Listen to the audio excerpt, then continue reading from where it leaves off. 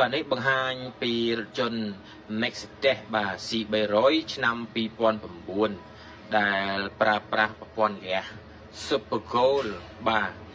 អានេះគឺក្រៅពី Super Gold គឺពិបាកដាក់តិចឲ្យបងប្អូនបាទនិយាយរួមគឺបានតែ Super Gold ទេបាទដែលបំពាក់ទៅលើវាបានប្រភេទពូឡានអឺរ៉ុបបងប្អូនបាទហើយឥឡូវនេះគឺ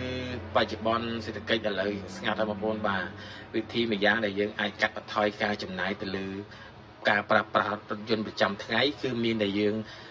ដាក់ប្រព័ន្ធហ្គាសបន្ថែមហើយបាទគឺជួយសេវបងប្អូន 50% ឡើងឯណោះបាទហើយជិះស្រួលគឺអត់មានបញ្ហាដល់ប៉ះពាល់ដល់ម៉ាស៊ីនទេបងប្អូនបាទបងប្អូនចំណែកការថែទាំវិញបងប្អូនអាសាមកដូរតម្រង់ហ្គាសចេញបាទដែលគីឡូក្រុមហ៊ុនគេកំណត់ឲ្យប្រហែលគីឡូមកដូរចេញអញ្ចឹងណាហើយពាក់ព័ន្ធម៉ាស៊ីនឡានថែតែទាំប្រេងម៉ាស៊ីន